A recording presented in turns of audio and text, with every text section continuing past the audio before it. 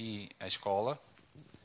Por outro, para criar conexões entre a comunidade matemática e a comunidade de educadores.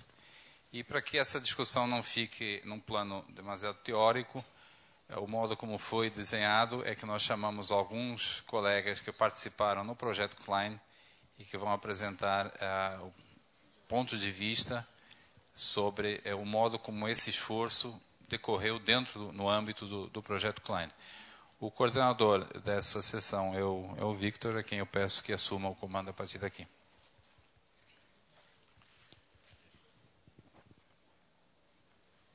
Então, está funcionando isso aqui?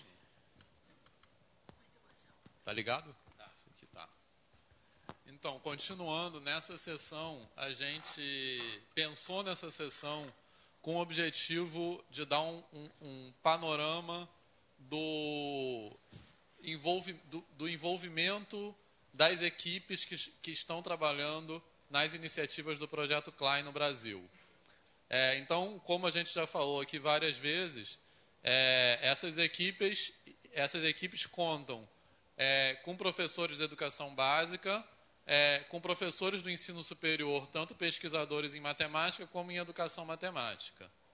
Então, nessa sessão, a gente vai começar ouvindo o professor Sérgio, de Uberaba, quer dizer, de Patrocínio, que participou da aplicação da etapa piloto do projeto de material digital, quando não era digital ainda. Então, a gente vai começar ouvindo o professor Sérgio, que vai falar um pouco dos resultados dessa aplicação. Depois, a gente vai passar para a professora Maria Alice Gravina, da Universidade Federal do Rio Grande do Sul, que está aqui em nossa companhia à distância, e depois do professor Humberto, que vão falar, do professor Humberto Bortolossi, da Universidade Federal Fluminense, que vão falar de algumas possibilidades de uso de tecnologias que nós estamos tentando incorporar no projeto de material digital. E, finalmente, para acabar a sessão, o professor Lucas Melo, que é professor da educação básica e que está envolvido com um projeto de pesquisa, que é a dissertação de mestrado dele, que versa sobre as negociações de crenças e concepções dos professores do ensino básico, do ensino superior, que estão envolvidos no projeto. Então, eu vou passar a palavra para o professor Sérgio.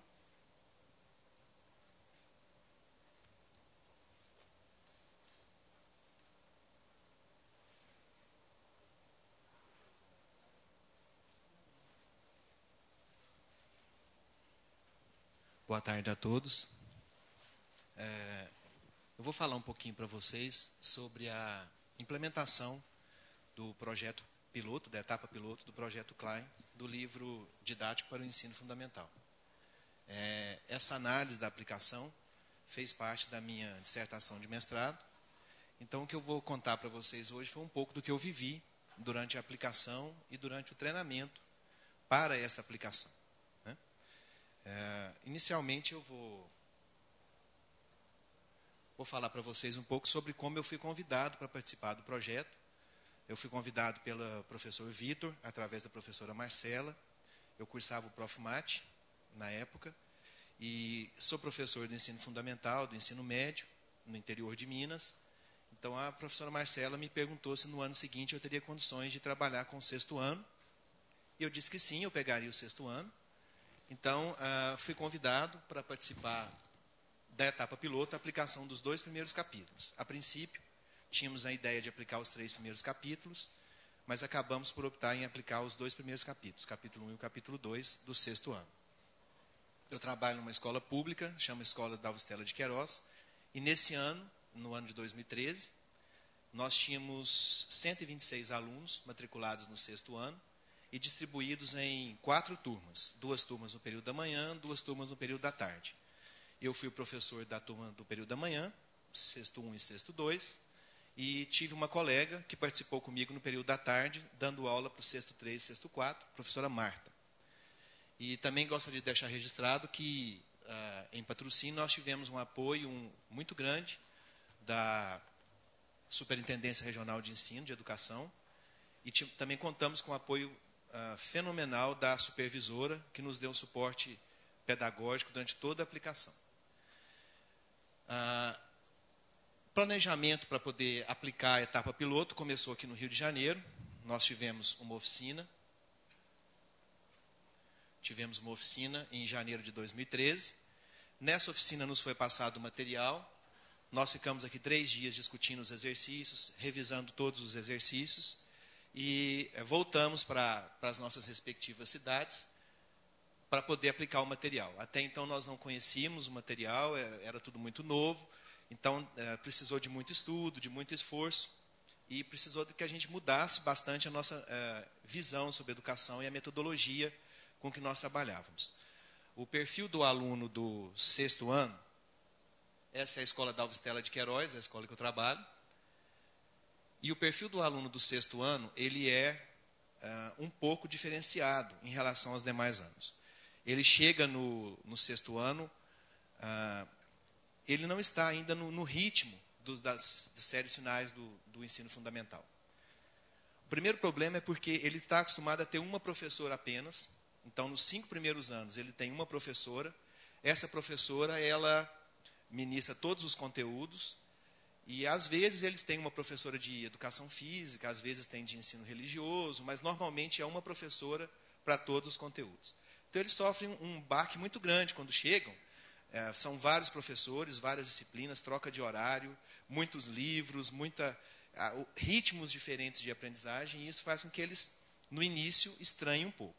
Então, a oportunidade que o capítulo 1 nos deu, enquanto professor, foi exatamente de conhecer o nosso aluno. O capítulo 1 tinha a intenção de fazer uma revisitação no conteúdo sobre números no dia a dia. Então, nós iríamos propor situações para eles, onde eles usassem números para fazer contagens, para codificar, para fazer medidas.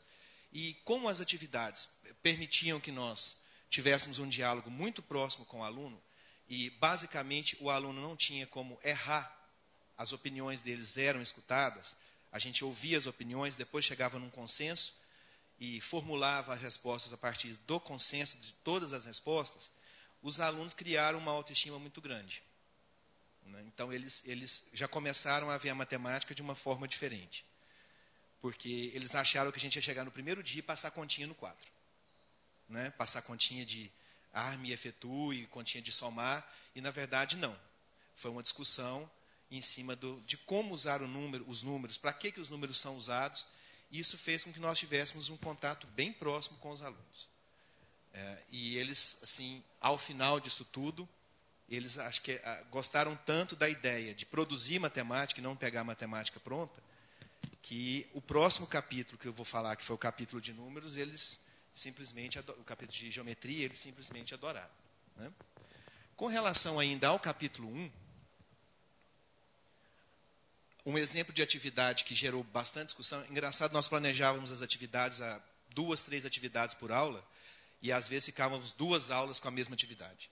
Essa atividade, por exemplo, é uma atividade relativamente simples, onde a tia tem uma nota de R$50 e vai distribuir para os seus 2 sobrinhos, não é isso? Então, todos queriam colocar de que forma a tia iria dividir a nota. Pode ter moeda, pode ter... Então, assim, as perguntas foram as mais diversas possíveis. E a dinâmica que nós conseguimos foi, vamos anotar o que o Gustavo falou, para não ficar repetindo. Porque, senão, eles se perdiam e voltavam e repetiam a mesma coisa. Então, esse é um exemplo de uma atividade que nós pensamos, vamos fazer aí uns 10 minutos, gastamos um horário, 50 minutos, escutando e vendo o que eles estavam falando, e registramos todas elas para dar igual importância a todas as respostas. O capítulo 2 foi um capítulo à parte. Eu senti, pelo menos nas turmas que eu trabalhei, que o contato deles com a geometria, até o 5º ano, não tinha sido um contato muito satisfatório. Eles, às vezes, a hora que eu falei que era geometria, que eles receberam o capítulo com o título, não, geometria não. Então, assim, eles tinham uma visão de que geometria era decorar nomes, decorar fórmulas. Ao pegar esse capítulo aí, mas eu disse, olha, nós estamos com uma nova metodologia, vocês vão dar opinião, vocês vão trabalhar, vocês vão construir os conceitos. Foi, assim, uma coisa empolgante. a maneira como eles se envolveram no capítulo de geometria. Veja bem, essa é uma turma de 6º ano com 35 alunos. Os professores que dão aula no 6º ano devem saber o que eu estou dizendo. É praticamente impossível botar essa molecada quietinha assim. E eles estavam trabalhando numa aula de geometria. Então, o interesse deles em usar os instrumentos, o esquadro, a régua, com as dobraduras, foi assim uma coisa fenomenal. Eles passaram a enxergar a geometria de uma forma diferente.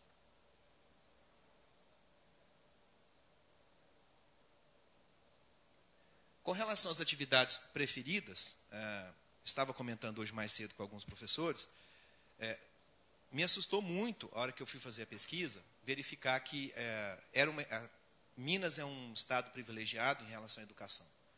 Nós temos boas escolas, um suporte tecnológico bom, mas na minha pesquisa para escrever a dissertação do mestrado, eu assustei a hora que nós pegamos os questionários, dos alunos que foram entrevistados, mais de 50% não tinham computador em casa.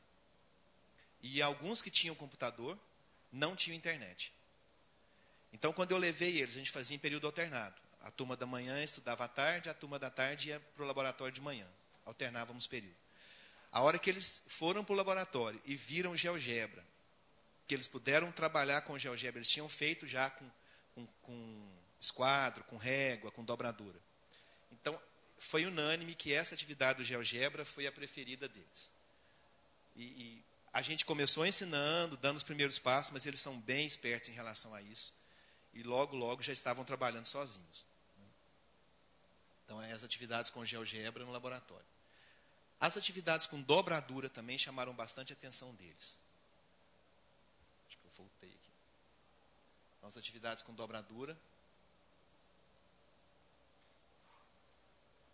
E, finalmente, no capítulo de geometria, nós tivemos também as atividades com o Tangram. Chamou bastante atenção. Achei que gastaríamos 2 horários de 50 minutos para dar o Tangram com eles. Foi muito mais. Gastamos 1 semana e meia só com atividades Tangram. Mas exploramos tudo que podíamos também, né? Então, o Tangram foi bastante explorado. Aí eles realizando as atividades com o Tangram. Bom, as conclusões da aplicação. As conclusões são, ao mesmo tempo, são boas, são muito boas, e ao mesmo tempo nos faz pensar bastante sobre a prática dos professores na sala de aula. Quer dizer, eu, pessoalmente, professor Sérgio, tive que mudar a minha metodologia completamente, e depois não consegui voltar mais para o método antigo. Então, como assim mudar a metodologia? O que eu mudei enquanto professor nesse último ano? Eu deixei de passar conceitos fabricados. E deixei de dar listagens prontas. E comecei a escutar muito mais o que o aluno tinha a dizer. Qual era a necessidade dele durante as aulas. Então, acho que essa foi a maior transformação que eu, professor Sérgio, posso falar enquanto depoimento.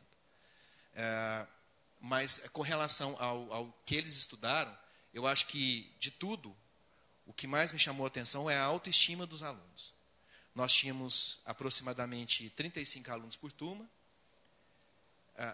0 problema de indisciplina na aula de matemática, eles só queriam aula de matemática, 0 problema de indisciplina, não tínhamos problema nenhum com relação a isso, e uma aprendizagem muito satisfatória, porque eles se tornaram agentes do conhecimento. Isso quer dizer que eles buscavam, no primeiro momento ficaram resistentes também, mas logo em seguida já foram se soltando um pouco mais. Então, eles buscavam. Hoje nós vamos aprender sobre o quê? Então, o que nós vamos aprender? Como é que nós vamos aprender? E uma outra coisa que eu percebi é que esse ano, a turma que está no 7º ano, foi a turma que fez o 6º, esse ano houve um efeito colateral.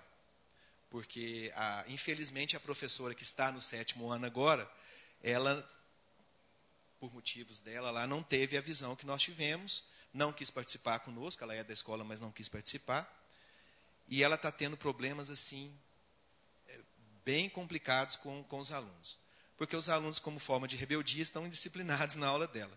Eles não querem mais que ela passe um conceito, leia o conceito e mande eles copiarem um conceito. Eles querem construir o conceito. E eles têm autoestima boa, porque eles conseguiram isso no 6º ano. Eles trabalharam bem isso no 6º ano. Então, eles sabem que eles são capazes. Eles não aceitam falar que eles não vão aprender matemática.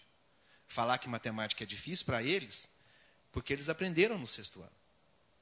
Né? Então, eles falam assim, ô professor, a matemática está difícil do jeito que está. Mas se voltar para o que a gente estudava e como a gente estudava, eu tenho certeza que nós vamos dar conta. E são falas de alunos. Né? Com relação à minha prática enquanto professor, eu acho que o principal é o envolvimento. Nós envolvemos realmente com esse projeto. Né? Houve envolvimento total. Tanto que depois eu quis escrever sobre isso para terminar o meu mestrado. Então, assim, o envolvimento foi total. Meu, da professora Marta, que aplicou junto comigo, e da supervisora pedagógica, que é o que a gente chama de inspetora, supervisora escolar. Ela também ficou com a gente o tempo todo. Então, eu acho que o principal foi isso. Nós mudamos a forma de planejar. Nós tínhamos que chegar na sala com um roteiro mais ou menos estruturado, que nós nos reunimos 2 vezes por semana. Então, nós tínhamos que chegar na sala e começar a aula, colocar o objetivo, dar o pontapé inicial da aula. Mas nem sempre o roteiro seguia. Então, nós encontrávamos toda segunda e toda quinta, e a quinta era para rever o que a gente tinha feito. Né? Então, na quinta, olha, até onde você foi, como você chegou, vamos replanejar. Né? Eu acho que esse é a principal mudança que a gente sente. E o envolvimento, de não deixar nenhum aluno para trás. Né? Esse foi o envolvimento que, como vocês vão ver agora mesmo nos gráficos, nós conseguimos 100% de aprovação na escola no 6º ano, nesse 2013, no ano letivo de 2013. Tá? A supervisora, Lucimara, ela foi a nossa supervisora, ela nos acompanhou o tempo todo. E ela empolgou muito com o projeto. Então, ela estudou. Quando eu cheguei com os livros lá em janeiro, ela pegou os livros, nós estudamos. Em Minas, nós temos um problema de currículo. Então, nós temos que seguir o currículo, porque é bem focado no CBC, no currículo básico comum. Os planejamentos têm que estar dentro. Então, nós conseguimos fazer o planejamento, com o apoio da Lucimara, nós conseguimos fazer o planejamento do projeto, do LDF, juntamente com o planejamento anual. O que não foi possível, eu sou sincero, foi voltar para o livro da escola. Nós utilizávamos algumas coisas, algumas atividades, porque o livro foi dado pelo governo, então a gente tinha que usar alguma coisa. Mas as aulas, a dinâmica das aulas, nós não conseguimos voltar. E os alunos, eu digo que eles são órfãos dessas dinâmicas. Né? Eles querem mais. Com relação às notas, no primeiro bimestre, foi aplicado no primeiro bimestre, nós tivemos 79% de alunos que alcançaram os objetivos propostos. Então, a proposta que nós levamos daqui do IMPA no treinamento em janeiro, num primeiro momento foi alcançado por 79% dos alunos. 21% dos alunos não alcançaram de imediato e foram colocados no que nós chamamos de programa de intervenção pedagógica. São alunos que têm algum tipo de déficit, que queimaram etapas de aprendizagem, mas esses alunos foram recuperados. Ao longo do ano, eles foram recuperados. E chegamos em dezembro com uma aprovação de 100%. Quer dizer, nós conseguimos atingir esses alunos. E vale ressaltar que esses alunos que estão nos 21%, que não aprenderam imediatamente, eles acreditaram que eles podiam. Porque o nosso principal foco era, você pode. Você pode, é só você querer. E nós estamos aqui para te ajudar. Então, essa parceria com os alunos foi fundamental. E é fundamental, né, para aplicar esse tipo de educação que nós estamos propondo. Aqui é um gráfico onde eu estou mostrando os resultados das 4 turmas durante a aplicação. Lembrando que nós aplicamos o capítulo 1 no mês de fevereiro, aplicamos o capítulo 2 no mês de março. Eles fizeram 2 provas, a avaliação mensal e a avaliação bimestral. Acima da média são os que estão em azul e os de vermelho estão abaixo da média. É muito baixo se você for pensar num primeiro bimestre do 6º ano. Eles estão totalmente fora de sintonia com o que é o 6º, 7º, 8º e o 9º ano nesse período. Tempo de prova, eles estão acostumados a professora ler a prova para eles e ficar o tempo todo com uma mãe mesmo ali ajudando, né? E quando chegam no 6º ano assustam muito. Então, acho que esse resultado é um resultado fantástico para um primeiro bimestre do 6º ano. O pedido da turma que aplicou, né? O professor hoje mais cedo falou que vai, aplica a oficina, depois fica um tempo sem saber o que acontece, cadê o projeto Klein. O pedido das professoras da supervisora e da diretora para voltar. E os alunos também. Né? Cadê? Nós não vamos ganhar mais livro? Não vai vir mais o livro? Né? E eu estou sempre reportando a eles que nós estamos trabalhando, transformando o projeto para que ele melhore. É isso. Muito obrigado.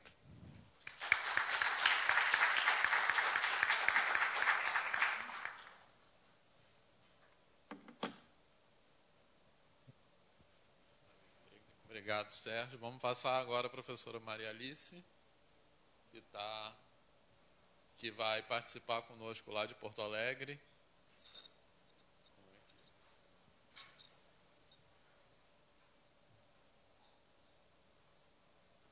Ok, Vitor? Oi, pode começar. Ok, já me passou a palavra. Tá. Falta a linguagem do corpo para a gente se entender melhor. Bom, então eu inicio aí com o meu boa tarde para todos vocês. E de imediato eu agradeço o convite que foi feito pela SBM para participar desse painel. E claro que eu estou lastimando não poder estar aí junto com todos vocês para esses 3 dias de discussão sobre essa importante questão da constituição dessa rede de colaboração entre matemáticos e educadores matemáticos. E nos educadores matemáticos eu incluo os pesquisadores e os professores de escola. Na fala do Sérgio, acho que nós já podemos ver os primeiros e seguros passos na direção da construção dessa rede. É animador ver o relato do Sérgio sobre a diferença que o material que foi produzido para um piloto inicial já trouxe resultados interessantes. Então, o que eu me proponho a falar nesses 15 minutos que eu tenho, e espero atender a agenda, é sobre o projeto Mate Digital, mas sob um ponto de vista, assim, um pouco de reflexão sobre o projeto. E de imediato, então, eu quero dizer de que lugar eu venho. Então, eu fiz um mestrado em matemática, isso no IMPA faz algum tempo. Bem mais tarde, eu fui fazer um doutorado na área de informática na educação, concluído em 2001. Mas o meu interesse nas questões de tecnologia digital no aprendizado da matemática já vem desde 1992, naquele momento com a linguagem Logo. E em 96 eu tive a oportunidade de trabalhar com a professora Colette Laborde, momento em que eu conheci a geometria dinâmica. E nesses últimos anos eu tenho tido a ocasião de conversar com a professora Michele Artigue, que eu vejo que está conosco aqui no auditório. Fico muito contente de ter essa interlocução com a Michele. E sempre, então, nessa questão, que diferença vai nos fazer a tecnologia nas nossas salas de aula? Então, passando para comentários iniciais, uma vez feita, digamos, da minha apresentação pessoal, né? Como é que eu me insiro aqui nessa rede? Eu me insiro, eu diria, como uma pesquisadora em educação matemática com esse interesse na questão da tecnologia para o aprendizado da matemática escolar. E como comentários iniciais, então, na minha primeira tela, eu vou fazer 2 comentários que eu acho que são conhecidos. O primeiro deles, que sempre nos mostra que as pesquisas em contexto internacional nos mostram o potencial da tecnologia para o aprendizado da matemática. E eu remeto lá à década de 80, quando lá a gente tinha, então, o início do uso da tecnologia com o Papert, com a sua geometria da tartaruga. E um outro pesquisador que eu sempre menciono é o Jim Capucci, que foi da University of Massachusetts, que foi um visionário em termos de uso de tecnologia na escola. Ele sempre defendeu essa ideia de que a tecnologia deve ser usada para trazer ideias ricas e frutuosas da matemática para o nível escolar. Inclusive, ele defendia num projeto que é o SimCalc, a introdução da ideia de taxa de variação já na escola fundamental. E com a tecnologia ele nos mostrava que isso é possível, nos mostrou que isso é possível. Por outro lado, então, é a segunda observação que eu faço, a integração da tecnologia na escola, nas práticas dos professores, vem acontecendo de uma maneira muito vagarosa, muito devagar em relação àquilo que nós gostaríamos. E aqui eu trago até as palavras da professora Michelle Artigue. Em 2012, ela nos fala nesse documento da Unesco que trata dos desafios da educação matemática escolar, em que ela refere que a questão do uso da tecnologia ainda está longe de atender aquilo que nós gostaríamos. Na sua última frase, eu faço então uma tradução livre, né? No entanto, a questão do uso eficaz e generalizada das tecnologias na educação básica matemática permanece, por enquanto, não resolvido. E a Michelle fala sobre isso, se referindo à educação matemática em diferentes países. Então, esse problema que nós temos aqui como um desafio se apresenta também em outros países, mundo afora, com realidades diferentes das nossas. E sobre, então, o potencial da tecnologia, também situando, digamos, o que pensamos sobre isso, e essas, digamos, são ideias que estão permeando o projeto Mate Digital, que a tecnologia nos permite colocar na tela do computador objetos que a gente chamaria de concreto, abstratos, concretos porque eles são manipulados na tela do computador e abstratos porque eles podem ser controlados porque eles são controlados pelo pensamento matemático. E nesse sentido, então, que eu volto ao Caput, essa possibilidade de trazer ideias ricas e interessantes para a matemática escolar. As representações dinâmicas, elas provocam uma espiral de pensamentos, as ações dos alunos e o feedback do recurso que está sendo utilizado cria um contínuo processo de aprendizagem. E a terceira observação que eu faço é que essas representações dinâmicas, com certeza, permitem enriquecer o processo de aprendizagem de conteúdos clássicos e antecipar conteúdos escolares e o que é interessante, introduzir novos conteúdos na escola. Para não ficar tanto nesse nível da conversa teórica, eu trago 5 exemplos que eu vou passar rapidamente. E talvez as imagens quase que falem por si. Então, aqui é um exemplo em que, usando um objeto do Instituto Freudenthal, as Algebraic Trees, alunos de 11 anos tiveram uma introdução ao pensamento algébrico usando a ideia de variável. E trabalharam com o germe da ideia de função sem nenhum formalismo. Então, esse objeto, traduzindo ele, já que nós não temos o dinamismo aqui, ele pode ser visto como tipo um Excel para crianças. Então, é uma experiência de uma dissertação de mestrado do nosso programa que se mostrou de muito sucesso. Um segundo exemplo, que eu classifico como um novo e rico approach para trabalhar a geometria escolar, é essa atividade de modelagem geométrica, transformar mecanismos dos nossos dias a dia em modelos que são simulados num ambiente de geometria dinâmica. Um terceiro exemplo, eu estou tentando aqui trazer exemplos que ilustram os diferentes aspectos que eu mencionei há pouco. Então, esse aqui eu classificaria como um novo conteúdo na escola.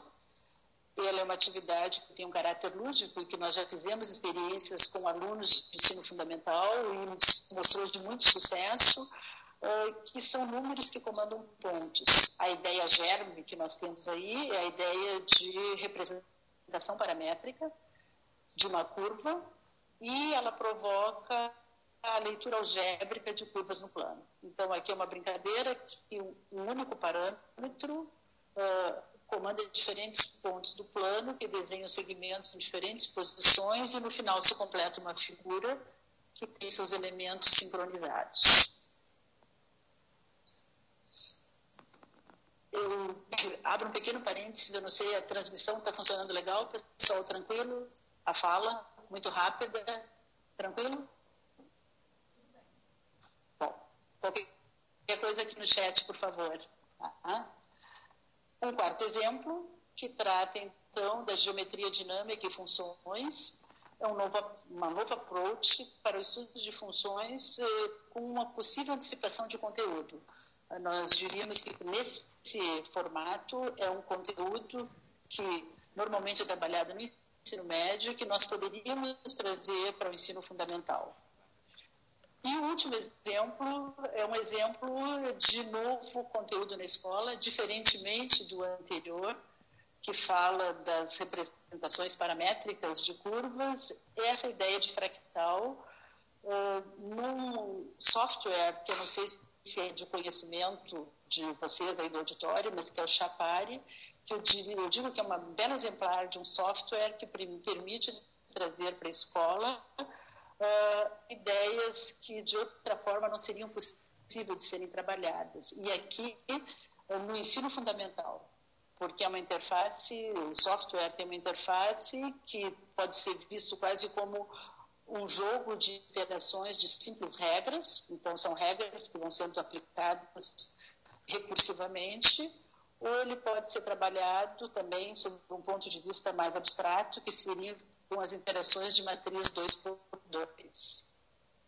Então, eu falo isso para criar, então, para estabelecer esse cenário, né, no que as tecnologias podem mudar nesse nosso projeto Mate Digital. De que maneira, né, elas estabelecem essa conversa entre conteúdos e uma nova forma de trabalhar conteúdos, como o Vitor já colocou na sua fala. E eu diria que aqui que entra, eu acho que eu pulei um slide só para colocar essa figura que eu escolhi com cuidado, e deixa eu ver onde é que nós estamos, né? Na tela de vocês, eu acho que deve ter sobre a integração da tecnologia, que é esse grande desafio. Então, essa grande questão, né, como transformar nossa sala de aula, eu tenho essas imagens aí, que estão, acho que, para marcar o que mudou na nossa sala de aula. E eu acho que o projeto, então, Mate Digital, eu estou na tela e que vou me referir agora ao projeto Mate Digital como uma ação pragmática. Então, a fase preliminar foi o desenvolvimento de livros com um constante foco no pensamento matemático, e incluindo aí o uso de algum recurso digital. Eu acho que o Sérgio bem apontou, né, para essa constante preocupação com o pensamento matemático e quantos alunos mudaram essas atitudes no seu trabalho em sala de aula. E nesse último ano, né, então o nosso olhar foi para o desenvolvimento de um livro-texto digital, integrando agora muito recurso, animação, vídeo, atividades com software. Uma delas já estava no projeto piloto, que foi aquela atividade com GeoGebra, e que o Sérgio comentou que foi a que os alunos mais gostaram. O que mostra que esse caminho do projeto Mate Digital é muito bem-vindo, né? Como mudar essa realidade da sala de aula. Essa última linha aí, eu tenho uma seta que está nos dizendo, a gente está indo do livro-texto para o livro digital. Uma caminhada com muitas perguntas, muita discussão, muito questionamento. Eu vou olhar para o livro do 6º ano, já nessa nova leitura, incluindo recurso digital, incluindo mais recurso digital, que é o que o Sérgio referiu. Então, eu estou olhando para o mesmo capítulo de geometria que o Sérgio referiu há pouco, para dar uma ideia como é que se organiza, então, esse projeto, incluindo o recurso digital. Então, eu fiz um print screen do próprio livro escrita e vai permeando o texto escrito, vão permeando os diferentes recursos. Então, pensando aí no pessoal que não está entendendo o português, na coluna da direita, eu coloquei algumas informações. Então, o capítulo 3, que é o que o Sérgio refere como capítulo 2, ele fala de formas geométricas e os primeiros desenhos. E já isso é na versão nova, tem um primeiro vídeo onde aparece tipo desenho animado, cenas onde vão sendo destacados em cores elementos geométricos. Então, isso aqui é como que criando o cenário, olhar para o mundo e ver geometria no mundo, mas num contexto tipo de brincadeira de desenho. Depois disso, os alunos passam para o momento de atividades concretas, porque isso o livro também contempla. O Mate Digital, ainda mais nessas séries iniciais, continua contemplando atividades manipulativas. Os alunos, né, usarem cortar, recortar. E, no caso, aí vem a atividade das dobraduras, que o Sérgio, inclusive, tinha fotos na sua apresentação. Os alunos fazendo as suas dobraduras. É um momento lúdico e aparece também um vídeo onde é explicado, né, como é que é feita a dobradura de uma figura tão simples como o chapéu, para que os alunos identifiquem depois as linhas, as retas perpendiculares, retas paralelas, que vão estar nessa situação de dobradura muito simples. Depois eles passam para os conceitos, né? Como é que eu construo retas perpendiculares fazendo dobraduras, e nós incluímos aqui animações em flash, quer dizer, numa dinâmica de não precisar falar para o aluno como é feito, não vai ter texto escrito, mas simplesmente a animação mostrando essa dobradura. Chega um momento de trabalho com a régua e o compasso, também contemplado, né, como importante, dada a faixa etária dos alunos, e aprender a desenhar com esses instrumentos, que, por incrível que pareça, não é de todo comum assim, os alunos saberem manusear os instrumentos de desenho. E nós entramos, então, já de uma forma gradativa, do concreto para um caminho agora para o abstrato, ainda com as atividades de retas paralelas perpendiculares, agora usando um objeto de aprendizagem, que é um applet construído no GeoGebra. Então, nós temos aqui a figura de um sketch de uma casa, e alguns recursos do GeoGebra estão disponíveis aqui na barra de ferramentas, e nós tivemos o cuidado de manter os recursos necessários para esse momento de aprendizagem, porque o GeoGebra ele é riquíssimo, né, em termos de possibilidades de menu, e até por uma questão didática, né, dos alunos se concentrarem nos conceitos que estão sendo construídos nesse momento. Então, essa escolha de restringir o menu de construção. Então, para construírem sobre essa figura que está aqui, essas relações de retas, como eu já havia falado. Daí o material evolui. Então, eu estou mostrando então, uma última atividade que está no capítulo que trata da geometria plana. Então, ele evolui para uma atividade com figuras dinâmicas. E o propósito aqui é os alunos manipulando as diferentes figuras coloridas do primeiro objeto, identificar que propriedades têm essas figuras, classificá-las, organizá-las, né, segundo critérios que estão provocando o pensamento geométrico.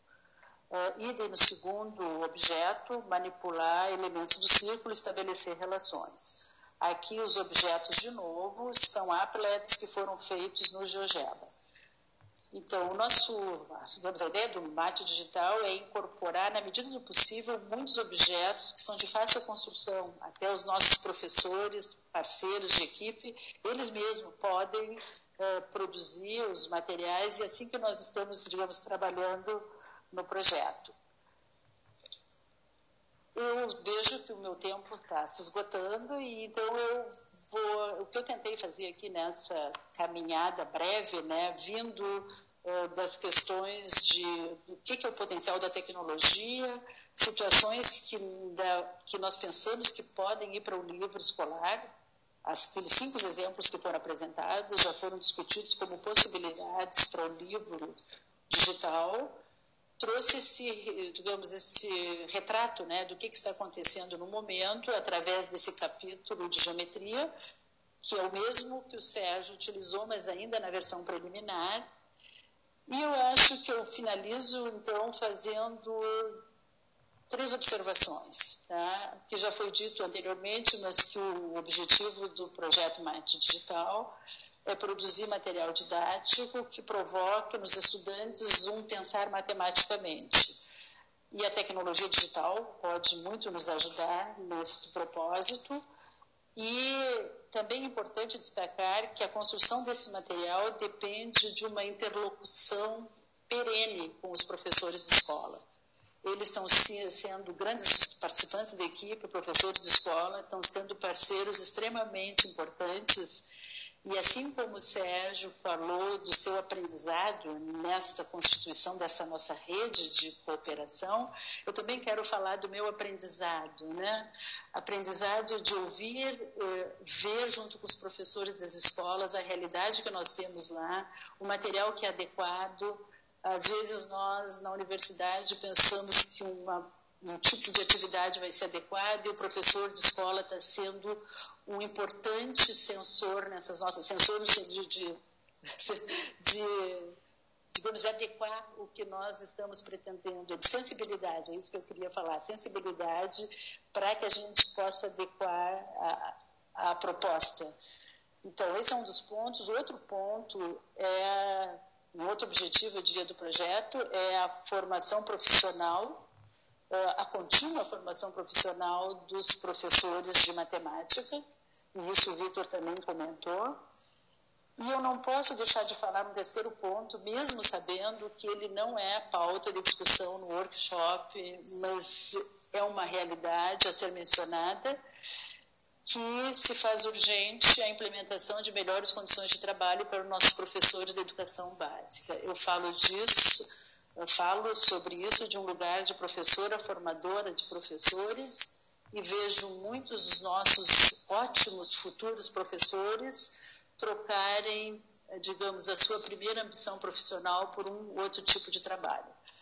Mas, enfim, isso aí é, digamos, uma outra atenção que a gente precisa ter já em nível de sociedade. E daí eu acho que com isso a gente está no caminho para transformar os espaços de aprendizagem escolar. Pessoal, agradeço a atenção de vocês. Eu não consigo avaliar como é que foi a minha interlocução à distância, mas estou aqui à disposição para trocar ideias ao final da apresentação do painel.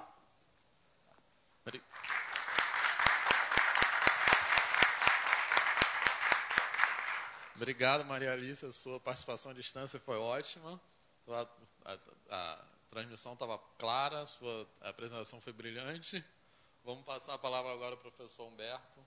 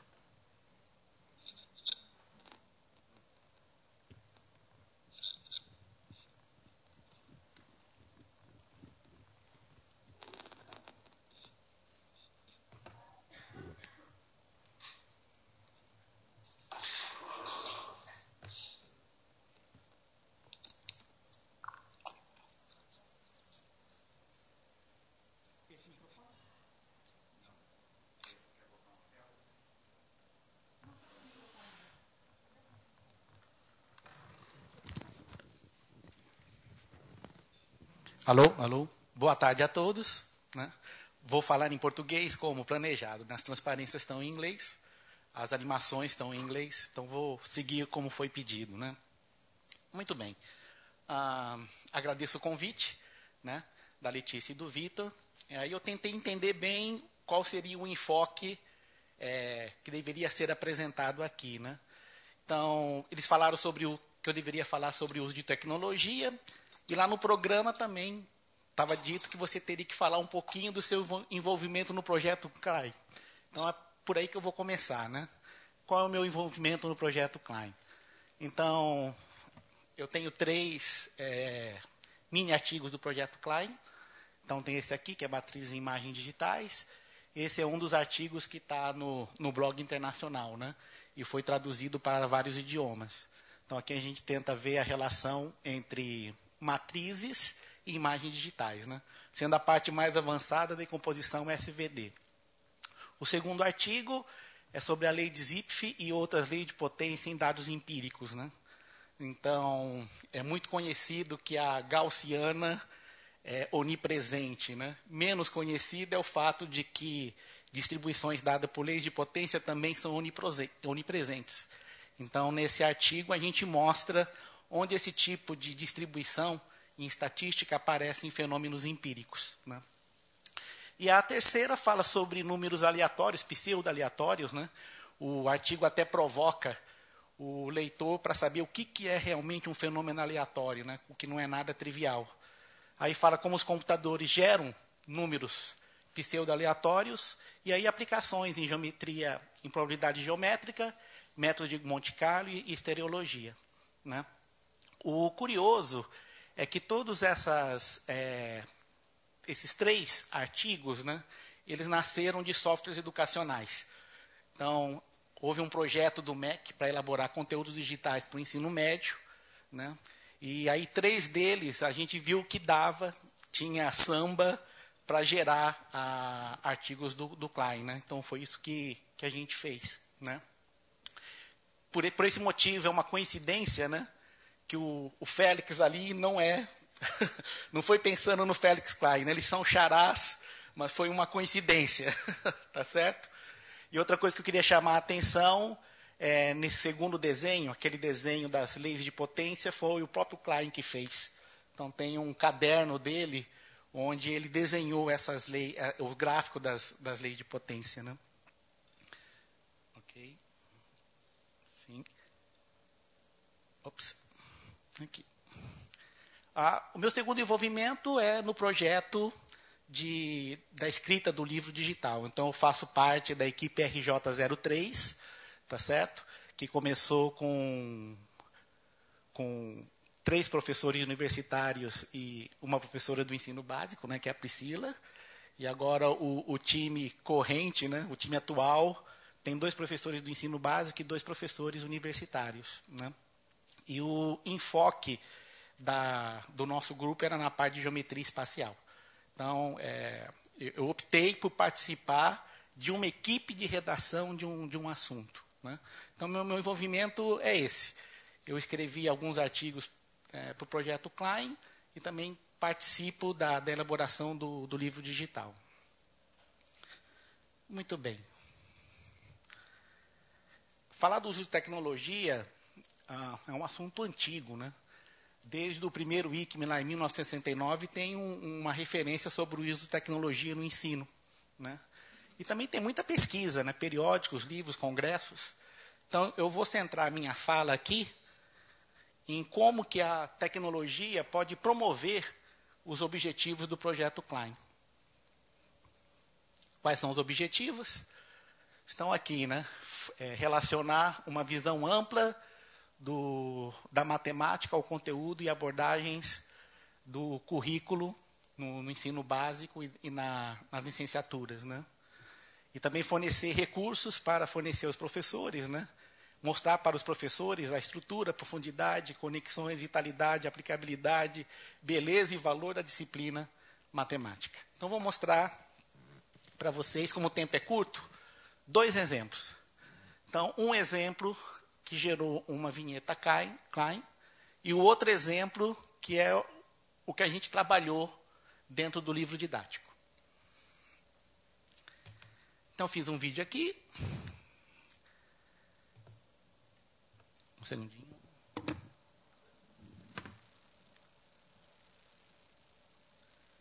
Vitor, acho que eu vou querer o seu apontador.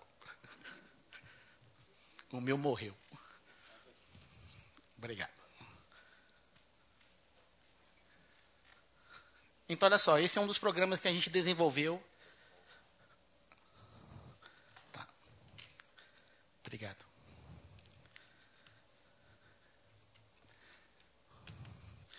Esse foi um dos softwares que a gente desenvolveu para aquele projeto do MEC, né? Então está disponível na internet, é gratuito e ele funciona assim. Então você tem uma área aqui onde você pode copiar textos, qualquer textos, inclusive textos inteiros de livros. Uma vez que você copiou, você pode pedir para o software processar. Então ele faz vários levantamentos estatísticos do texto que você copiou aqui, né? Então tem várias abas, tem aqui a aba das letras, né? E ele faz uma estatística das letras desse texto. O texto que ele está analisando aqui é o texto do hino nacional, tá certo? Então, o hino nacional tem 1.125 letras, sendo 583 vogais e 592 consoantes. Então, você vê que a distribuição é mais ou menos 50%, 50%, né? Aí vem a pergunta, né? Será que essa distribuição é válida para outros idiomas, né? Será que depende do tamanho da minha amostra? Então, são perguntas que você pode tentar investigar com o uso do software. Continuando. Outra coisa que você pode verificar, né, é a distribuição das letras. E um recurso bacana que o software tem aqui é que você pode ordenar, né, pela frequência. Então, está feito aqui. Isso. Então, no hino nacional, qual é a letra mais frequente? É a letra A, depois a letra E, depois a letra O. Então, você pergunta, será que isso é válido para qualquer idioma? Será que em inglês é assim? Tá certo?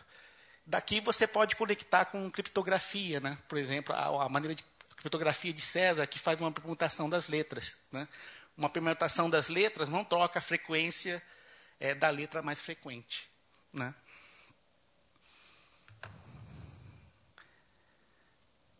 Vou abrir aqui um parênteses. Isso. Você pode conectar esse software com linguística, né? Então, em linguística tem esse termo que é um lipograma. O que um lipograma é? É um estilo literário onde você omite uma letra. Então, esse escritor francês, Perec, escreveu esse livro com 61.916 palavras.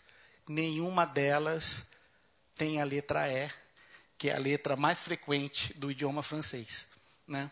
E o que é mais viajante ainda é que tem um autor americano que traduziu esse livro para o inglês e na tradução dele, ele também não usou a letra E, né? Oi?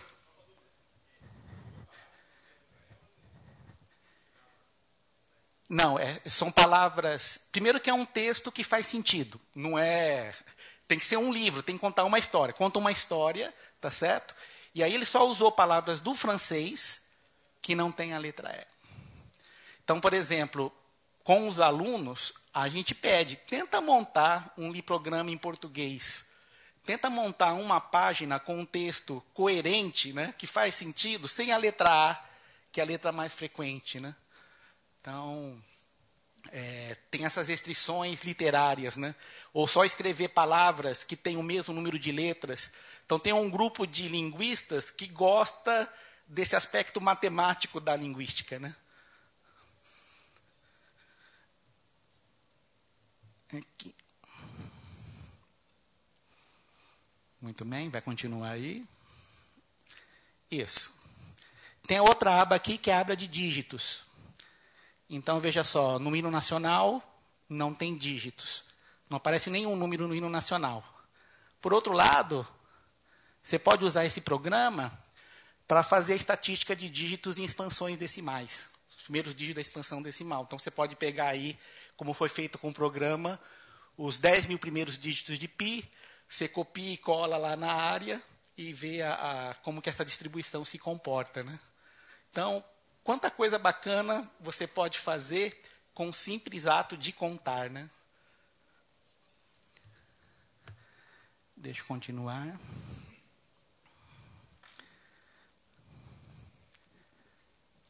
Aí tem os acentos. os vários tipos de acentos. Tem os vários tipos de sinais de pontuação. Aqui eu vou ordenar a tabela. Observa que não aparece interrogação no hino nacional. É um hino, né? No hino em inglês e no hino francês aparecem pontos de interrogação, né? E aí eu vou aqui mais rápido, né? Tem a estatística das sentenças, quantas sentenças tem, a distribuição do número de palavras por sentença, quantas palavras tem, a distribuição do número de letras por palavra. E agora a terceira aqui, que eu vou gastar um pouquinho mais de tempo, que é a estatística das palavras. Quantas vezes cada palavra aparece? No hino nacional, a palavra que mais aparece é Brasil. Uma delas, né? Aqui, ó. Quando fui dar uma palestra na Colômbia, falei, vou pegar um texto em espanhol, né? E olha só que descoberta eu fiz, dando esse exemplo lá, né? Peguei o texto de Dom Quixote, e olha só, Quixote e Sancho Panza têm praticamente a mesma frequência no texto. Então, eles são amigos, inclusive na frequência das palavras, né? É impressionante, né? Você conta e começa a descobrir padrões, né? Se você vai para Shakespeare, né? Que é o próximo que vai aparecer aí. Isso. Romeu e Julieta. Oi, deixa eu dar uma pausa aqui. Isso. Quem que aparece mais? Romeu e Julieta. Romeu, né? E aí a explicação é que Julieta é mais apavorada com relação a Romeu, né? Então, Romeu.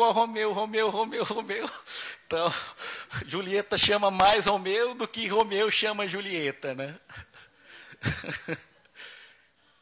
Sim. Uma vez que você tem essa tabela ordenada, você pode fazer assim, né? A palavra que aparece em primeiro lugar, a frequência. Segundo lugar, frequência. Terceiro lugar, frequência. Então, você pode criar uma tabela numérica com a posição e com a frequência. Tira o logaritmo das duas variáveis e plota esse resultado. Olha o que você vê.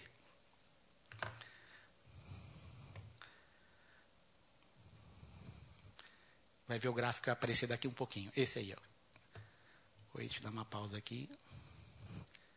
Então, se você plota esses pontos, né, o logaritmo da posição com o logaritmo da frequência, as palavras tendem a se aproximar de uma reta, principalmente aqui no meio. E aí um linguista descobriu que o coeficiente dessa reta, né, é sempre próximo de -1 para idiomas naturais. Isso não é só para inglês, tá certo? É para francês, é para português. Essa lei deixa de valer quando você usa idiomas artificiais. Então, se você tenta usar isso com Klingon, não dá certo. Tá certo? Se você usa isso com o idioma dos elfos do Senhor dos Anéis, também não dá certo, né? Então, com esse software, né, os alunos conseguem descobrir padrões em textos.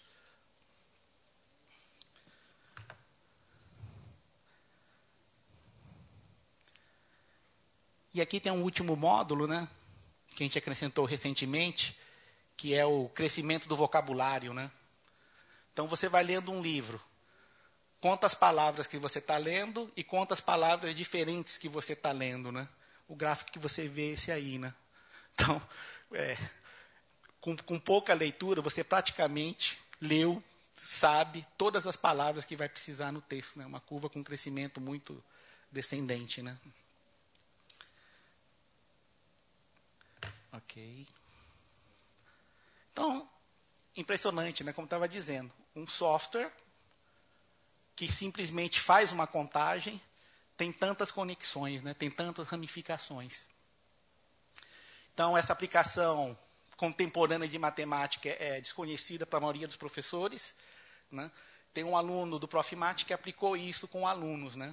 E uma das perguntas do questionário foi: você conhece alguma relação entre matemática e português? A resposta em geral é que não. Tem muita gente que diz que português é útil na matemática, porque você tem que interpretar os problemas. Teve um aluno que disse que português e matemática são as duas disciplinas mais difíceis que tem, né? Mas ninguém conhece esse tipo de leitura, né, que você pode fazer de idiomas usando a matemática, né? isso é só possível através de tecnologia, né? Na época da lei de Zipf, o Zipf usava os alunos de mestrado e doutorado para contar as palavras, né? Então, mas com a tecnologia esse recurso ficou muito mais simples e acessível aos alunos, né? E esse tipo de atividade está muito em paralelo, né? Muito na direção do que recomendam os currículos, né? Usar dados reais, você vai na internet, consegue dados reais o quanto quiser, né? Usar tecnologia, né? Perceber o papel da variabilidade, o letramento estatístico e o aprendizado ativo, né? Para mim, essa é uma atividade que está bem alinhada com os objetivos do projeto Klein, né? Você vê a estrutura, a profundidade, as conexões que a matemática tem, né? Então, esse é o primeiro software. O segundo software é esse aqui. Tem um vídeo aqui também. Então, tem um objeto invisível aqui, tridimensional, que você pode olhar de vários ângulos. Na verdade, o que você vê é apenas a seção, né, desse objeto com um plano. Isso é um jogo. Você tem que tentar descobrir qual é esse objeto que está sendo mostrado aí, né? Então, deixa eu mostrar para vocês quais são os objetos que podem aparecer. Deixa eu dar uma pausa aqui. Então, você tem 3 categorias. Os poliedros, superfícies não poliédricas e modelos de computação gráfica. Então, aqui os platônicos, tem uma pirâmide e um prisma, 2 pirâmides e um prisma. Tem aqui as superfícies não poliédricas. Tem uma superfície poliédrica que não aparece no ensino médio, eu não sei porquê, né? Que é o toro. O toro é bem diferente das outras e o toro não é mencionado, né? E aí tem os modelos de computação gráfica. Então, vamos ver o jogo em ação.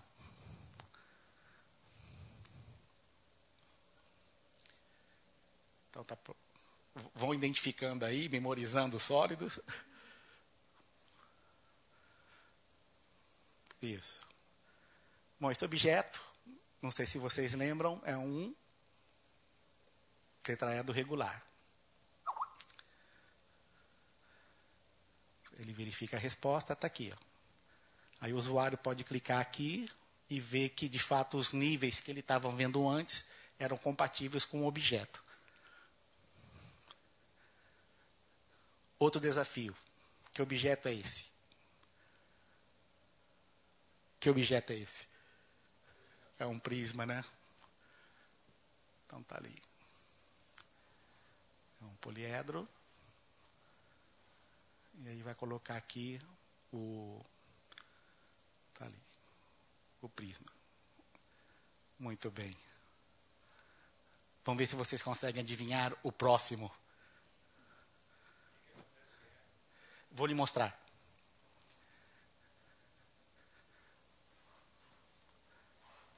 Que sólido é esse?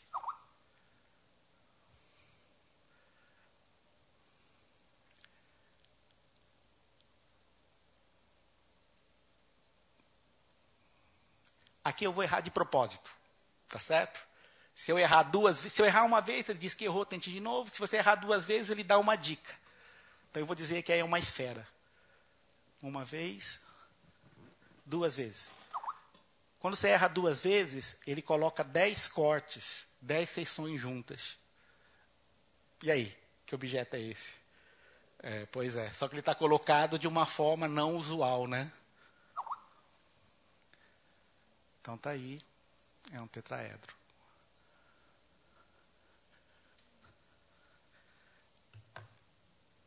Então mostrei 3 níveis desse jogo, né? Ok. Então, de novo, né? Como um jogo, como a tecnologia estabelece um monte de conexões, né? A ideia de você olhar para a seção de um objeto tem conexões com as recentes impressoras 3D, com a própria tomografia, com topografia, em arquitetura, em engenharia, em anatomia, brinquedos, tá certo? Design. E em matemática isso é usado também, né? Seções cônicas e o princípio de Cavalieri. Então, como que é uma ideia central, né? Bem, por que eu decidi mostrar essa parte de geometria espacial? Primeiro que é assim, né? Você tentar estudar objetos 3D, olhando para representações 2D, não é nada fácil, né? Mesmo gente muito boa pode errar, né? Esse aqui é o logo da MAA, tá certo? Durante 20 anos, o icosaedro estava desenhado errado, tá certo? Foram perceber depois que o icosaedro está desenhado errado. Ou seja, os estudantes têm a árdua tarefa de estudar objetos tridimensionais de representações bidimensionais estáticas num livro, né? Para mim, geometria espacial é um assunto onde tecnologia pode fazer muita diferença na parte de geometria espacial, né? Então, aqui eu estou comentando, né? Eu acho que minha filha de 7 anos está ganhando mais senso espacial jogando Minecraft do que estudando o livro impresso dela, né? Então, aqui, softwares 3D pode ajudar muito, mas a sua presença na sala de aula é muito tímida, né? É impressionante como computação gráfica avançou, né? Mas essa parte de 3D ainda não entrou na sala de aula, né? E a presença de softwares educacionais, né, como já disseram aqui, pode mudar a ênfase no currículo, né? Então, se você olha os livros didáticos, as sessões planas são pouco abordadas, né? Talvez o motivo seja esse, porque é difícil mesmo você abordar isso com papel, né? Com tecnologia isso pode mudar. Então, algumas considerações finais, né? Então, a primeira é essa, é muito importante ainda produzir softwares educacionais de qualidade, tem que ter pesquisa, né? Tem várias iniciativas ao longo do globo, né? Mas eu acho que ainda assim temos que investir mais, temos que compartilhar mais ideias, né? Outro fato é que, mesmo sem conhecimento de programação, os professores podem fazer atividades desse tipo, né? Então, o GeoGebra aqui se põe realmente como uma ferramenta ótima para o professor, né, com pouco conhecimento de programação, tentar elaborar suas próprias atividades, né? Formação de professores tem que mudar o seu currículo. Então, por exemplo, lá na minha universidade, os futuros professores ainda estão estudando Fortran. Qual é a parte de computação que alunos, futuros professores, né, eles fazem um curso de Fortran para depois fazer um curso básico de análise numérica. Eles não veem nada de GeoGebra, não vê nada de computação simbólica, não vê nada de planilhas, né? Então, tem que mudar, né? Outra coisa, né? Será que os professores que lecionam para os futuros professores usam tecnologia? Tá certo? Faça o que eu mando, mas não faça o que eu faço, né? Então, os próprios professores universitários não dão os exemplos quando vão trabalhar com esses professores do ensino básico, né? Tem dificuldades, né? Tecnologia muda, por exemplo, Java está morrendo. Muitos desses apples aqui tem que fazer um cambalacho para rodar agora, porque o Java mudou o esquema de segurança. Então, você tem que fazer essas adaptações, né? A boa notícia é que, se você tem uma boa ideia, boas ideias em geral, né, ou elas permanecem ou ficam melhores com tecnologia. Esse joguinho que eu fiz em Java, vou passar para HTML5 para poder rodar no tablet do livro digital, né? Aliás, por falar em tablets, eu acho que eles têm grande potencial educacional, né? Então, me lembro do Sr. Spock com o tricorder aqui fazendo leituras, né? Basicamente, é o que Hillary está segurando aqui, né? Um tablet tem um monte de sensor. Então, você pode usar isso para coletar dados, né? No caso aqui, a Hillary está com um software que está fazendo uma análise espectral do assobio que eu estava emitindo, e esse assobio era a nota Si, né? Então, você ter um tricorder em sala de aula para fazer medições é muito estimulante, né? Eu gostaria de terminar minha fala com essa frase aí, né? O melhor software em educação, que continua a ser de longe o cérebro de um bom professor. Tá certo? Então, tem algumas referências. Obrigado.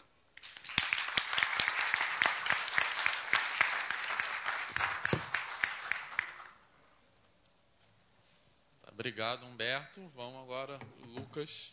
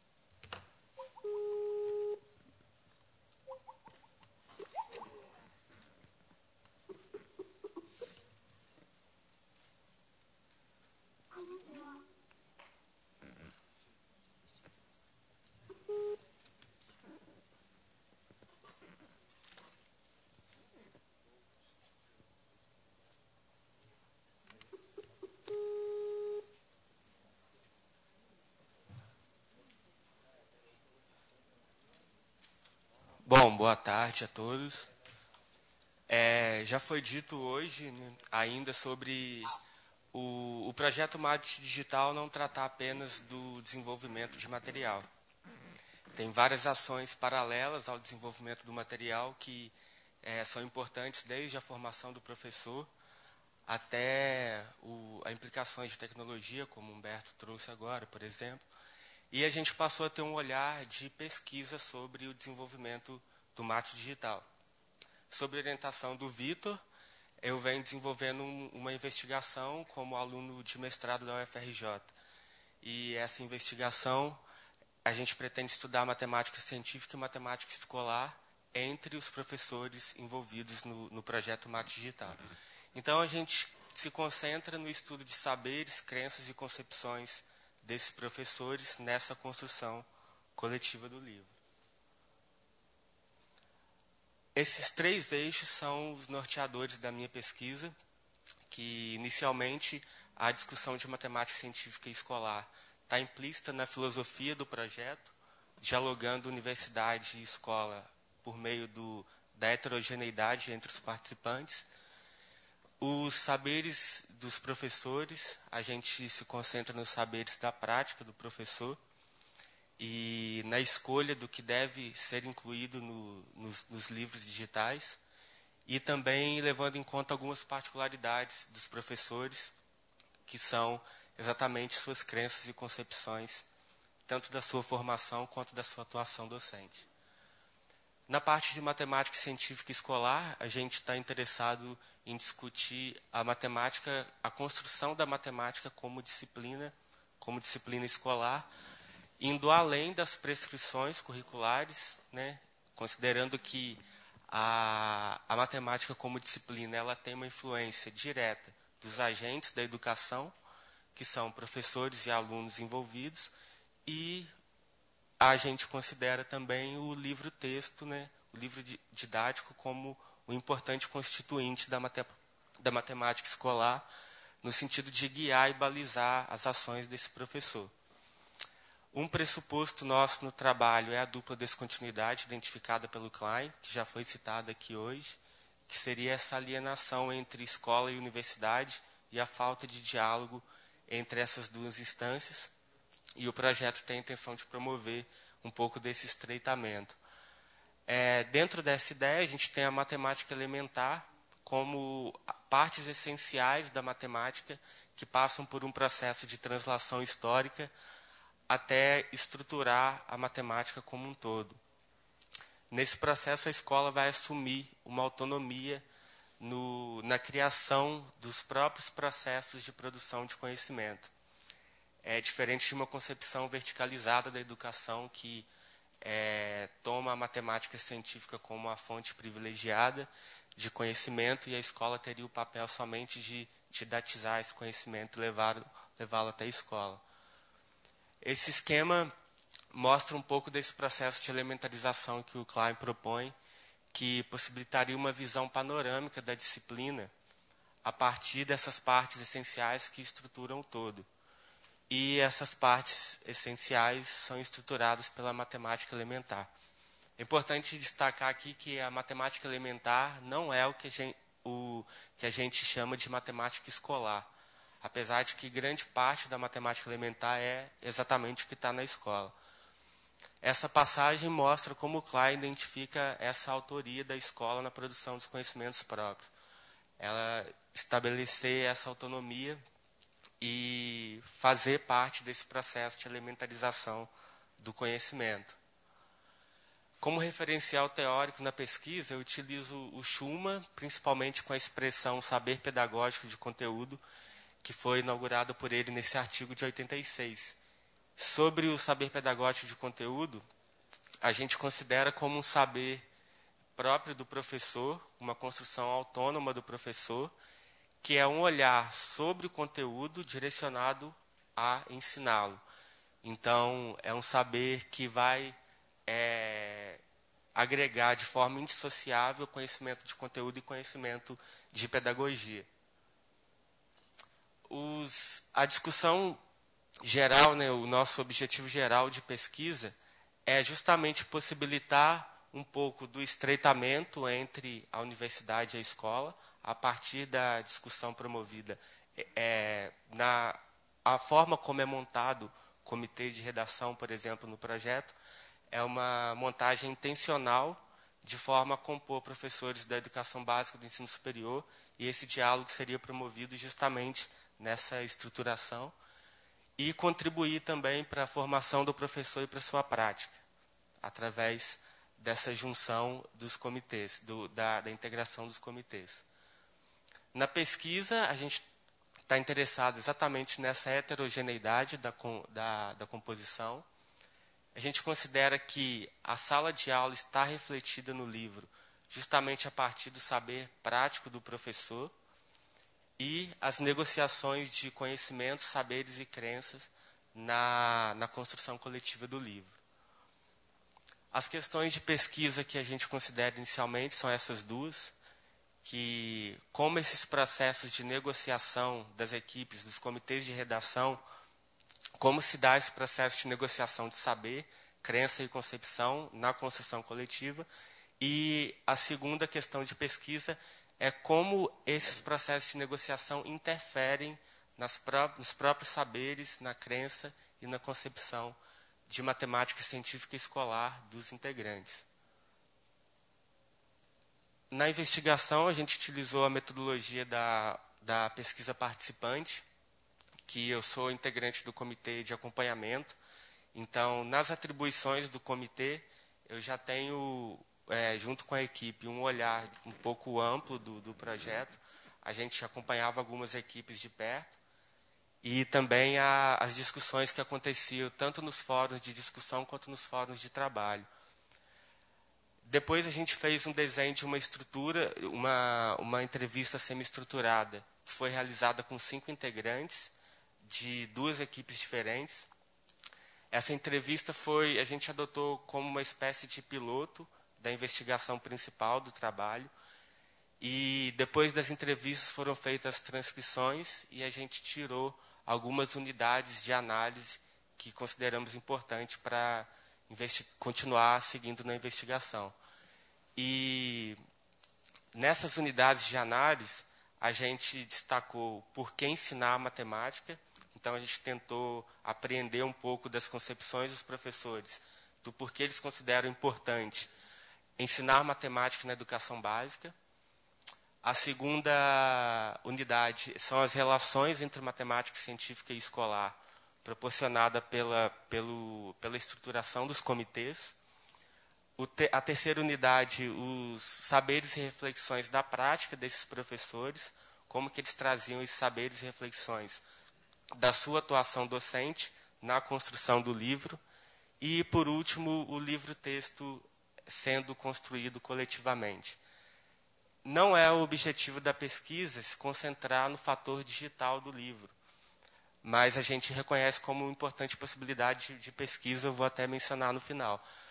Nessa última unidade, a gente menciona algumas coisas relacionadas ao fator digital, mas não é o nosso foco, não é no que a gente se concentrou. É claro que o projeto tem uma amplitude de possibilidades de pesquisa, né, muito grande. A gente fez uma escolha, a gente escolheu estudar saberes, crenças e concepções, mas achamos importante trazer um pouco de possibilidades de se investigar dentro do mate digital. Então, a gente destaca pesquisa exclusivamente sobre o fator digital do livro, relações da dinâmica de discussão dessas equipes com a evolução do material em construção, investigações de matemática e pedagogia nas contribuições de intenções desse projeto, uma pesquisa diretamente ligada à tecnologia utilizada e também ao desenvolvimento tanto dos educadores quanto do livro-texto, do material em si. Bom, o Sérgio trouxe, né, a pesquisa dele em cima da etapa piloto, quando ainda não era no formato digital o livro. Essa pesquisa eu venho realizando em cima dessa construção intencionada ao formato digital. E a gente espera que outras pesquisas aconteçam no âmbito do projeto, porque muitas possibilidades de investigação em cima do desenvolvimento do livro. É isso, obrigado.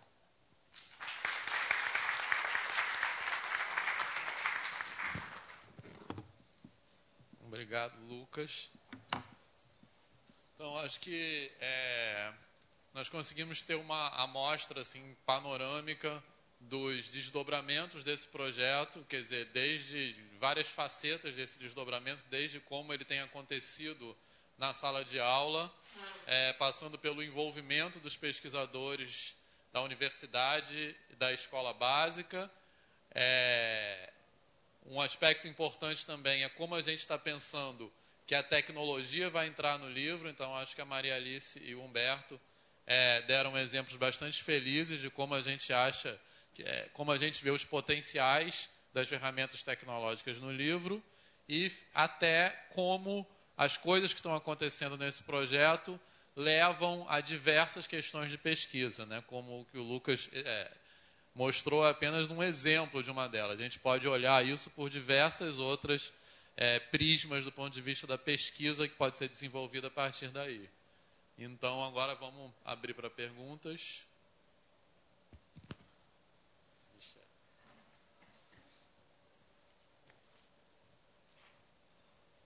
Es muy interesante escuchar todas estas contribuciones y ver las diferentes facetas del proyecto y ver también cómo se acompaña con pesquisa, porque es muy importante tener pesquisa para acompañar este tipo de proyecto. Tengo que decir que soy muy contenta porque me lembro la reunión que tivemos hace un año. Un poco más un año con los acerca de este proyecto aquí en el IMPA y las discusiones con los estudiantes también sobre cómo se podía hacer pesquisa acerca de este proyecto y veo que las cosas adelantan mucho y me parece muy muy interesante. Al mismo tiempo, las cosas que han relatado sobre la implementación real y lo que pasa con los profesores cuando implementan el trabajo colectivo y lo que pasa y también todas las preguntas que se plantean y las cosas bastante novedoras de tecnología como las que presentó Humberto, que son fascinantes. Y me preguntaba si las cosas de tomografía, el tomography game, es algo que puede funcionar fácilmente. Sí, se puede disponibilizar. Es disponible, se puede, sí, sí, sí, sí. ¿Mm?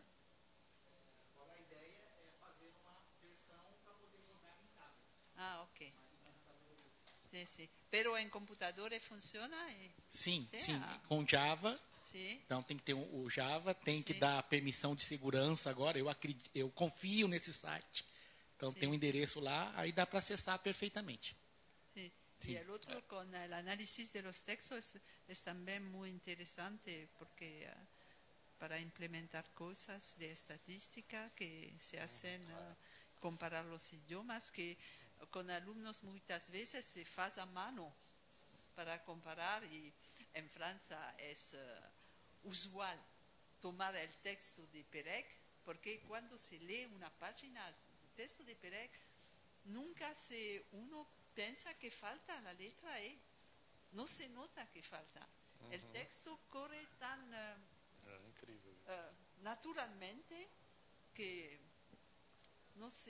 uno no se da cuenta que falta una letra, incluso si es la letra más frecuente en el idioma francés. Por eso lo hacemos muchas veces con los estudiantes, pero hacemos todas estas cosas a mano. Y es claro que con el programa va a ser muy diferente. Sim.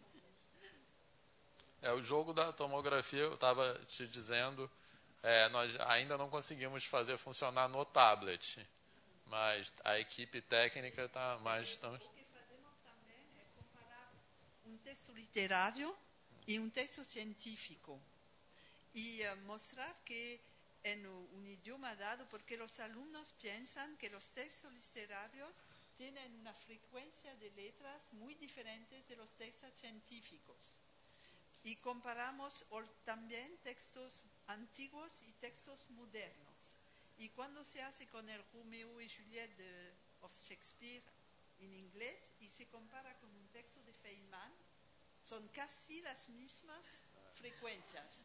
Y en francés, por ejemplo, un texto, una poesía, un texto de Poincaré, científico, también son casi los mismos. Y es bastante interesante también. Mais alguma pergunta? Podemos encerrar?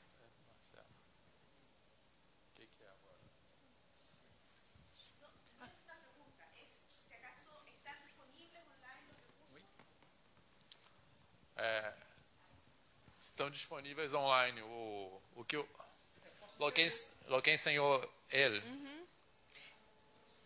Posso escrever o endereço ali, ali no quadro. Sí que están, que vai escrever a direção. Ah, ok. Ok.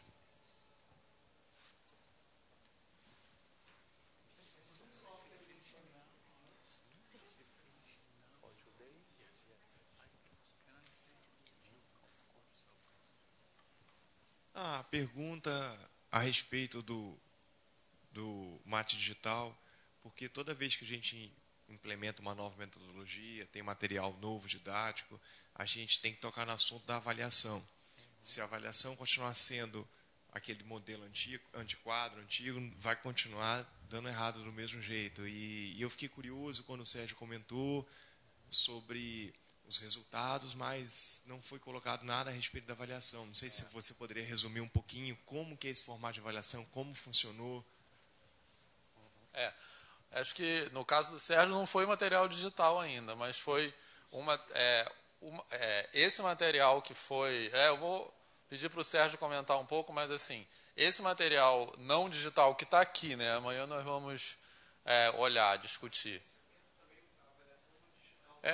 Eu sei, vou chegar lá. Assim, esse material ele não era digital ainda, mas ele tem uma filosofia que é compartilhada com o digital. Que uma coisa importante, eu acho que foi determinante para os resultados que o Sérgio mostrou, é que é um material que ele não começa com as definições. Ele começa tentando problematizar os conceitos, quer dizer, apresentar problemas a partir dos quais os conceitos matemáticos emergem, vamos dizer. Isso é bastante diferente, como vocês sabem, da estrutura usual dos livros didáticos brasileiros, que basicamente, em geral, né, eles falam, tipo, função do primeiro grau é isso, e começa a fazer coisas com função do primeiro grau. Então, por exemplo, esse é um dos aspectos que eu acho que tem muito a ver com os resultados que o Sérgio relatou. Outro aspecto é o fato deles como professores, estarem envolvidos na equipe, né, de reflexão sobre o material. Eu acho que com essa perspectiva, a avaliação muda, não faz mais sentido também avaliar daquela maneira. Então, quando o Sérgio mostrou esses resultados dos alunos que tiveram um bom resultado, obviamente não foi no mesmo modelo de avaliação ao qual os outros alunos eram submetidos. Agora, antes de eu passar a palavra para o Sérgio, só comentar que você tocou num ponto importante com relação à avaliação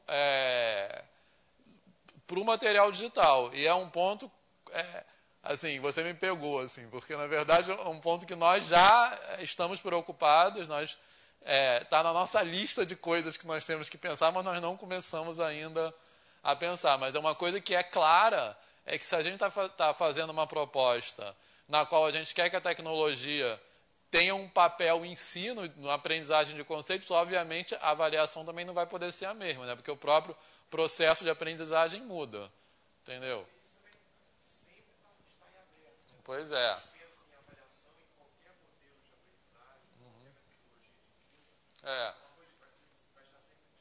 E não adianta comparar os resultados da avaliação aplicando nesses alunos a mesma tipo de prova, mesmo tipo de avaliação que dá nos outros. Mas isso, por enquanto, que eu posso dizer que isso está na nossa pauta de discussão, né? E é uma coisa, inclusive, isso pode ser uma coisa para a gente conversar nos grupos de trabalho amanhã. Isso a gente pode incluir como um tópico importante, entendeu? Só um minuto, Sérgio. Com relação à avaliação, aqui no treinamento de janeiro de 2013, nós já saímos daqui mais ou menos delineado como seria. Não seria o modelo tradicional, apesar de que não daria para ir contra a escola. Quer dizer, tem que ter uma avaliação mensal, tem que ter uma avaliação bimestral. Nós tentamos contornar fazendo uma rede mesmo de trabalho conjunto. Quando eu apliquei a avaliação, eu postei no blog, e outro professor postou, e um comentava a avaliação do outro. Mas o estilo de pergunta, o estilo de questão que nós cobramos é dentro do que foi trabalhado, foi dentro do trabalhado. Então, não eram perguntas tradicionais do livro, ele tinha que pensar. Né? Isso também deu um trabalho, porque não existia uma única resposta certa. Tinha que escutar e ver o que o aluno colocou lá. Né?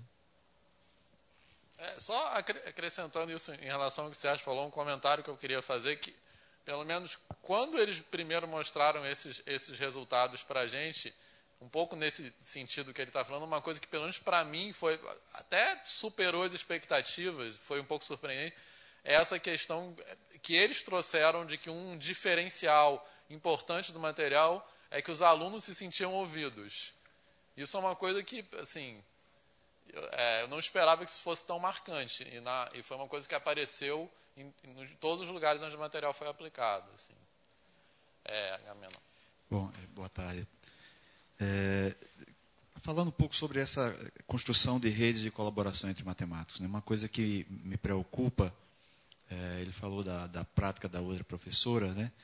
E uma crítica que poderia surgir, e aí eu acredito que você já tem uma resposta completamente pronta para isso, é quanto ao nível de aprofundamento desses conteúdos, em que ponto você começa a dar um aprofundamento maior para que essa crítica seja minimizada, mesmo porque, traçados os seus objetivos, você já deve saber até onde deve chegar, mas vendo a prática, ouvindo o que você falou da prática da colega, eu acho que esse é um dificultador, né, para essa construção de redes de colaboração entre matemáticos.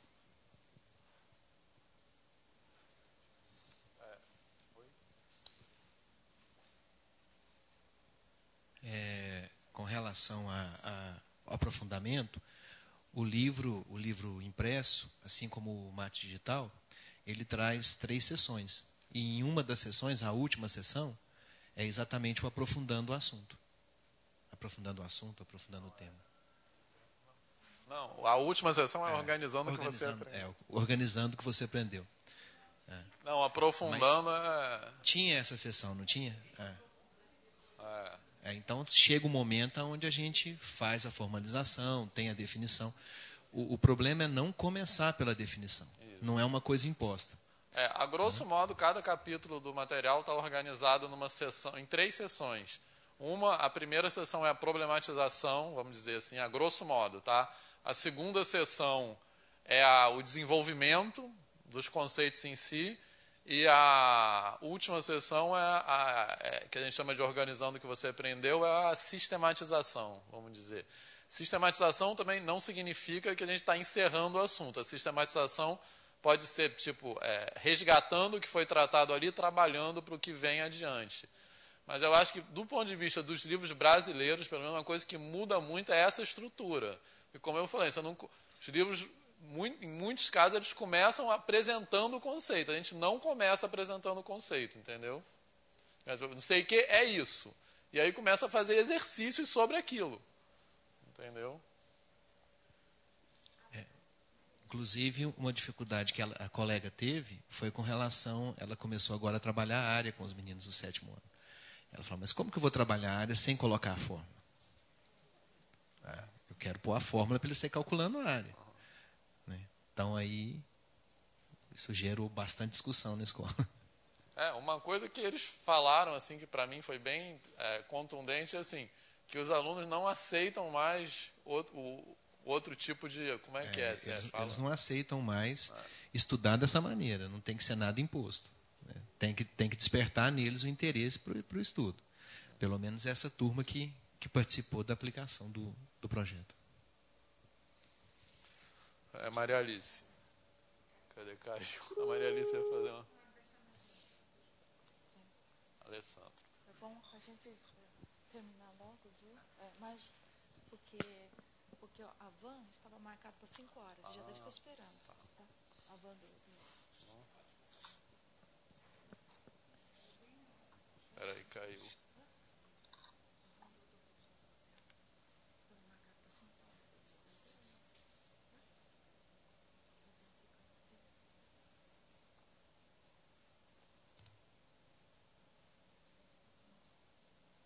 A gente está, já passou do tempo, então só quem mais gostaria de falar, só para encerrar, depois, para encerrar, vou passar a palavra para o professor Arzarello, mas antes disso, mais alguém gostaria? Raquel?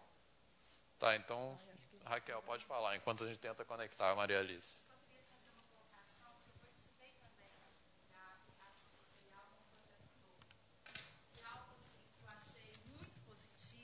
Eu acho que não foi mencionado, até assim, todos os pontos positivos que o Sérgio colocou, eu também presenciei assim, a dificuldade dos professores, às vezes, assim, desenvolver o projeto, justamente porque a gente precisa muito ouvir o aluno, e o professor está acostumado a passar assim, um exemplo, sentar na mesa, esperar que os alunos façam. Então, esse material ele requer que o aluno ele expresse. Então, você tem que ensiná-los a falar um de cada vez. Então, não é muito fácil para turmas de 11 anos, né, que foi que a gente aplicou. Mas algo assim que eu achei muito positivo foi que nós tínhamos um fórum, e nesse fórum, nós, como professores aplicadores, colocávamos as observações das atividades. E também colocávamos atividades que... Por exemplo, eu coloquei atividade que eu trabalhei em sala, que foi baseada no material, mas foi desenvolvida por mim. E tive a oportunidade de ver também atividades de outros professores. Então, eu acho que isso é muito positivo, porque o professor ele se sente que ele está fazendo parte do material, ele está trabalhando no material, ele está sendo ouvido. E não algo que vem pronto para a gente aplicar. Agora, imagine a dimensão disso quando for o mate digital. A facilidade, né, de um professor formular uma atividade lá no norte do país e o professor do sul poder aplicá-la. E a mesma coisa o professor do sul fazer e o norte poder aplicar. Então, assim, eu acho que é a forma que a gente, como professor, pode ser ouvido. Né? Então, é a minha colocação. Obrigado, Raquel. Maria Alice. Pessoal, como eu já disse, eu lastimo que eu não vou estar aí para a discussão de amanhã. Mas eu queria trazer uma interrogação que tem aparecido na nossa discussão aí na produção de material, que é essa questão, né, o que é um livro digital, o que é um e-book, né? Porque a gente pode ver nesse nosso processo, inclusive numa das telas do meu PowerPoint, eu sinalizei ali do livro-texto, no formato, digamos, papel, para o livro digital, e nós, nesse projeto Mate Digital, estamos nesse caminho. Mas é verdade que o nosso livro, ele ainda tem essa organização que eu diria muito linear, ele guarda ainda essa formatação do livro-texto, e vão comparecendo esses objetos de aprendizagem que os alunos vão manipulando e sendo provocados no pensamento matemático.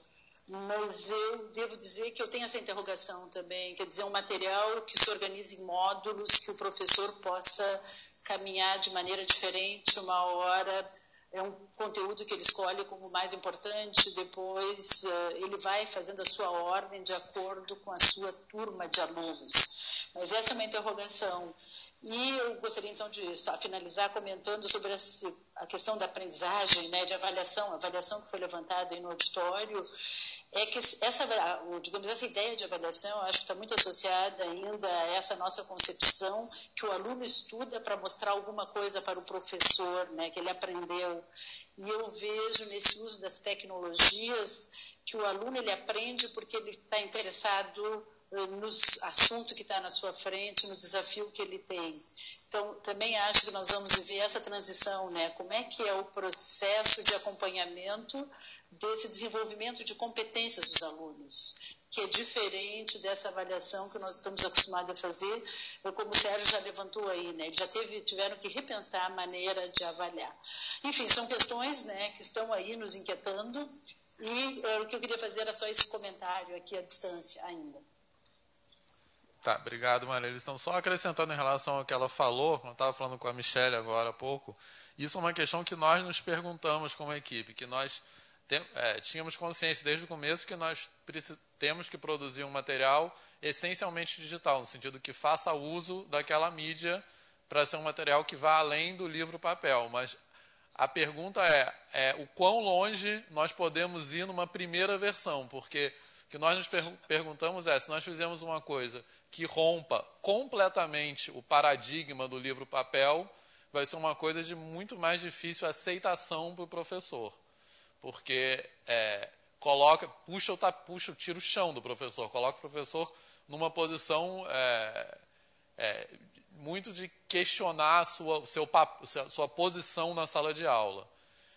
Então, mas isso é uma questão sobre a qual nós não chegamos ainda numa resposta definitiva, né? Nós temos que quebrar o paradigma anterior, mas até que ponto essa proposta pode ser diferente, pelo menos num primeiro momento, do paradigma de livro-papel. So I wish to thank all of you for this wonderful afternoon I had here, hearing all of your presentations. Someone this morning asked which are the effects of Klein vignettes, if there is some consequences. So it's incredible what I've heard today. Of course, it's a consequence of the Klein project, but it's not like in a marriage. We need two persons.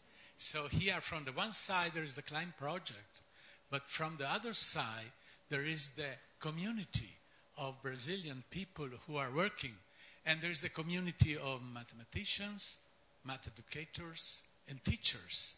So this is incredible, the level of things that I heard here concerning the way mathematics can be used in the school and the fallout concerning the math education questions, problems, solutions that I heard. So I think that the Klein team must reflect upon such an issue, because it's a very important problem for math educators or for math education research, how these things can happen, how this synergy of forces and of things that work together. From the one side, the idea of Klein project. From the other side, your concrete experiences.